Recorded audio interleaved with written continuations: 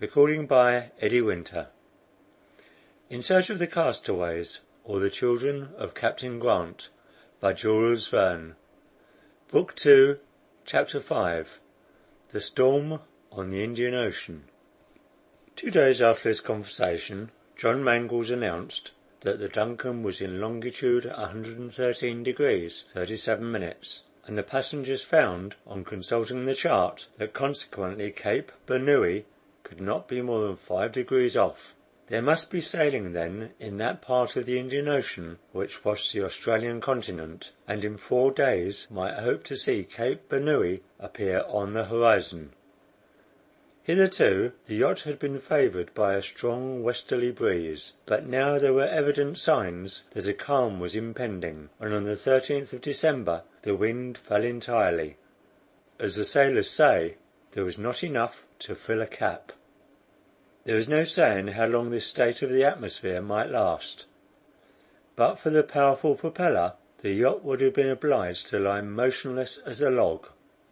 The young captain was very much annoyed, however, at the prospect of emptying his coal bunkers, for he had covered his ship with canvas, intending to take advantage of the slightest breeze. "After all, though," said Glenarvan, with whom he was talking over the subject, "it is better to have no wind than a contrary one." "Your lordship is right," replied John Mangles, "but the fact is, these sudden calms bring change of weather, and this is why I dread them. We are close on the trade winds, and if we get them ever so little in our teeth, it will delay us greatly." "Well, John, what if it does?" "It will only make our voyage a little longer." "Yes, if it does not bring a storm with it." "Do you mean to say you think we are going to have bad weather?" replied Glenarvan, examining the sky, which from horizon to zenith seemed absolutely cloudless. "I do," returned the captain. "I may say so to your lordship, but I should not like to alarm Lady Glenarvan or Miss Grant." "You are acting wisely, but what makes you uneasy?" "Sure indications of a storm." "Don't trust, my lord, to the appearance of the sky. Nothing is more deceitful. For the last 2 days the barometer has been falling in a most ominous manner, and is now at 27 degrees. This is a warning I dare not neglect, for there is nothing I dread more than storms in the southern seas. I have had a taste of them already. The vapours which become condensed in the immense glaciers at the South Pole produce a current of air of extreme violence. This causes a struggle between the polar and equatorial winds, which results in cyclones, tornadoes, and all those multiplied varieties of tempest against which a ship is no match." "Well, John," said Glenarvan, "the Duncan is a good ship, and her captain is a brave sailor. Let the storm come, we'll meet it." John Mangles remained on deck the whole night, for though as yet the sky was still unclouded, he had such faith in his weather glass that he took every precaution that prudence could suggest. About 11 p.m. the sky began to darken in the south, and the crew were called up, and all the sails hauled in except the forecastle, brigantine, topsail, and jib boom. At midnight the wind freshened, and before long the crackling of the masts, and the rattling of the cordage, and the groaning of the timbers awakened the passengers, who speedily made their appearance on deck, at least Paganel, Glenarvan, the Major, and Robert. "Is it the hurricane?" asked Glenarvan quietly. "Not yet," replied the captain, "but it is close at hand." And he went on giving his orders to the men, and doing his best to make ready for the storm, standing like an officer commanding a breach, with his face to the wind and his gaze fixed on the troubled sky. The glass had fallen to 26 degrees, and the hand pointed to tempest. It was 1 o'clock in the morning when Lady Helena and Miss Grant ventured upstairs on deck, but they no sooner made their appearance than the captain hurried toward them and begged them to go below again immediately. The waves were already beginning to dash over the side of the ship, and the sea might any moment sweep right over her from stem to stern. The noise of the warring elements was so great that his words were scarcely audible, but Lady Helena took advantage of a sudden lull to ask if there was any danger. "None whatever," replied John Mangles, "but you cannot remain on deck, madam. No more can Miss Mary." The ladies could not disobey an order that seemed almost an entreaty, and they returned to their cabin. At the same moment the wind redoubled its fury, making the masts bend beneath the weight of the sails, and completely lifting up the yacht. "Haul up the foresail," shouted the captain. "Lower the topsail and jib boom." Glenarvan and his companions stood silently gazing at the struggle between their good ship and the waves, lost in wondering and half terrified admiration at the spectacle. Just then a dull hissing was heard above the noise of the elements. The steam was escaping violently, not by the funnel, but from the safety valves of the boiler. The alarm whistle sounded unnaturally loud, and the yacht made a frightful pitch, overturning Wilson, who was at the wheel, by an unexpected blow from the tiller. The Duncan no longer obeyed the helm. "What is the matter?" cried the captain, rushing on the bridge. "The ship is heeling over on her side," replied Wilson. The engine!" shouted the engineer. Away rushed John to the engine room. A cloud of steam filled the room. The pistons were motionless in their cylinders, and they were apparently powerless, and the engine driver, fearing for his boilers, was letting off the steam. "What's wrong?" asked the captain. "The propeller is bent or entangled," was the reply. "It's not acting at all." "Can't you extricate it?" "It is impossible. An accident like this could not be remedied, and John's only resource was to fall back on his sails, and seek to make an auxiliary of his most powerful enemy, the wind. He went up again on deck, and after explaining in a few words to Lord Glenarvan how things stood, begged him to retire to his cabin with the rest of the passengers. But Glenarvan wished to remain above. "No, your lordship," said the captain in a firm tone. "I must be alone with my men. Go into the saloon. The vessel will have a hard fight with the waves, and they will sweep you over without mercy." "But we might be a help." "Go in, my lord, go in. I must indeed insist on it. There are times when I must be master on board, and retire you must." Their situation must indeed be desperate for John Mangles to speak in such authoritative language. Glenarvan was wide enough to understand this, and felt he must set an example in obedience.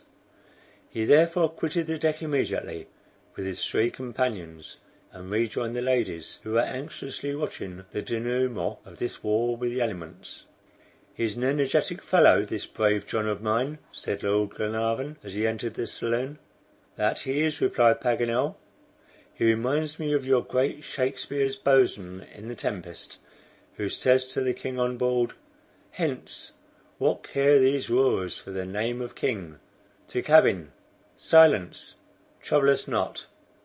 However, John Mangles did not lose a second in extricating his ship from the peril in which she was placed by the condition of her screw propeller. He resolved to rely on the mainsail for keeping in the right route as far as possible, and to brace the yards obliquely, so as not to present a direct front to the storm. The yacht turned about like a swift horse that feels the spur, and presented a broadside to the billows. The only question was, how long would she hold out with so little sail, and what sail could resist such violence for any length of time? The great advantage of keeping up the mainsail was that it presented to the waves only the most solid portions of the yacht, and kept her in the right course. Still, it involved some peril, for the vessel might get engulfed between the waves, and not be able to raise herself. But Mangles felt there was no alternative, and all he could do was to keep the crew ready to alter the sail at any moment, and stay in the shrouds himself watching the Tempest. The remainder of the night was spent in this manner, and it was hoped that morning would bring a calm. But this was a delusive hope. At 8 a.m. the wind had increased to a hurricane. John said nothing, but he trembled for his ship and those on board. The Duncan made a frightful plunge forward, and for an instant the men thought she would never rise again.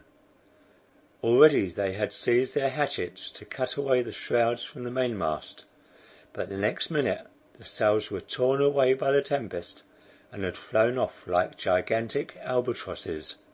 The yacht had risen once more, but she found herself at the mercy of the waves entirely now, with nothing to steady or direct her, and was so fearfully pitched and tossed about that every moment the captain expected the masts would break short off. John had no resource but to put up a forestaysail and run before the gale. But this was no easy task.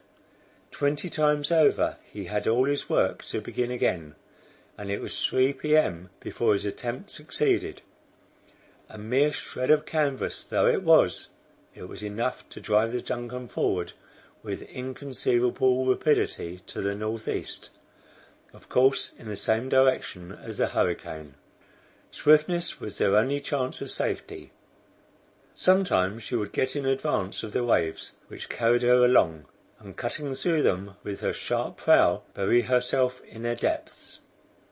At others she would keep pace with them, and make such enormous leaps that there was imminent danger of her being pitched over on her side, and then again, every now and then, the storm-driven sea would outdistance the yacht, and the angry billows would sweep over the deck from stem to stern with tremendous violence.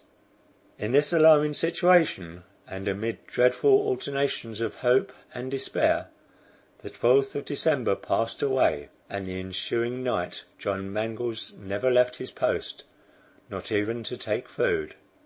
Though his impassive face betrayed no symptoms of fear, he was tortured with anxiety, and his steady gaze was fixed to the north, as if trying to pierce through the thick mists that enshrouded it. There was indeed great cause for fear. The Duncan was out of her course, and rushing towards the Australian coast with a speed which nothing could lessen. To John Mangles it seemed as if a thunderbolt were driving them along. Every instant he expected the yacht would dash against some rock, for he reckoned the coast could be no more than 12 miles off, and better far be in mid-ocean exposed to all its fury than too near land. John Mangles went to find Glenarvan, and had a private talk with him about their situation, telling him frankly the true state of affairs, stating the case with all the coolness of a sailor prepared for anything and everything, and he wound up by saying he might, perhaps, be obliged to cast the yacht on shore. "To save the lives of those on board, my lord," he added. "Do it then, John," replied Lord Glenarvan. "And Lady Helena, Miss Grant?"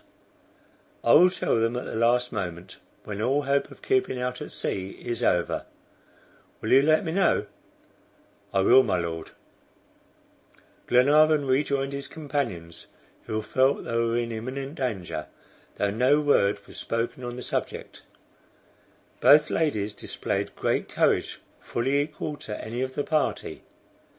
Paganel descanted in the most inopportune manner about the direction of atmospheric currents, making interesting comparisons between tornadoes, cyclones, and rectilinear tempests. The Major calmly awaited the end with the fatalism of a Mussulman. About 11 o'clock the hurricane appeared to decrease slightly. The damp mist began to clear away, and a sudden gleam of light revealed a low-lying shore about 6 miles distant. They were driving right down on it. Enormous breakers 50 feet high were dashing over it, and the fact of their height showed John there must be solid ground before they could make such a rebound. "Those are sandbanks," said he to Austin. "I think they are," replied the mate. "We are in God's hands," said John. "If we cannot find any opening for the yacht, and if she doesn't find the way in herself, we are lost. The tide is high at present. It is just possible we may ride over those sandbanks. But just see those breakers. What ship could stand them? Let us invoke divine aid, Austin." Meanwhile the Duncan was speeding on at a frightful rate. Soon she was within 2 miles of the sandbanks, which were still veiled from time to time in thick mist. But John fancied he could see beyond the breakers a quiet basin, where the Duncan would be in comparative safety. But how could she reach it? All the passengers were summoned on deck, for now that the hour of shipwreck was at hand, the captain did not wish anyone to be shut up in his cabin. "John," said Glenarvan in a low voice to the captain, "I will try to save my wife or perish with her. I put Miss Grant in your charge." "Yes, my lord," replied John Mangles, raising Glenarvan's hand to his moistened eyes. The yacht was only a few cables' lengths from the sandbanks. The tide was high, and no doubt there was abundance of water to float the ship over the dangerous bar, but these terrific breakers, alternately lifting her up and then leaving her almost dry, would infallibly make her graze the sandbanks. Was there no means of calming this angry sea?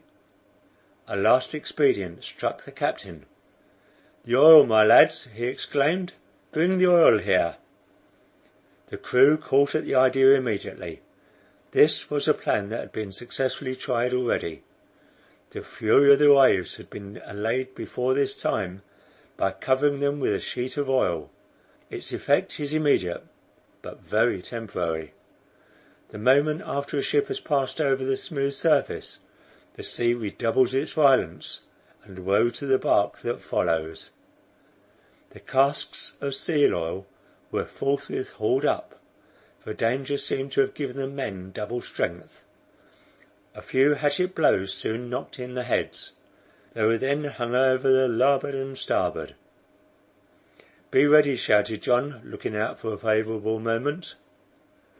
In 20 seconds the yacht reached the bar. Now was the time. "Pour out," cried the captain, "and God prosper it." The barrels were turned upside down, and instantly a sheet of oil covered the whole surface of the water.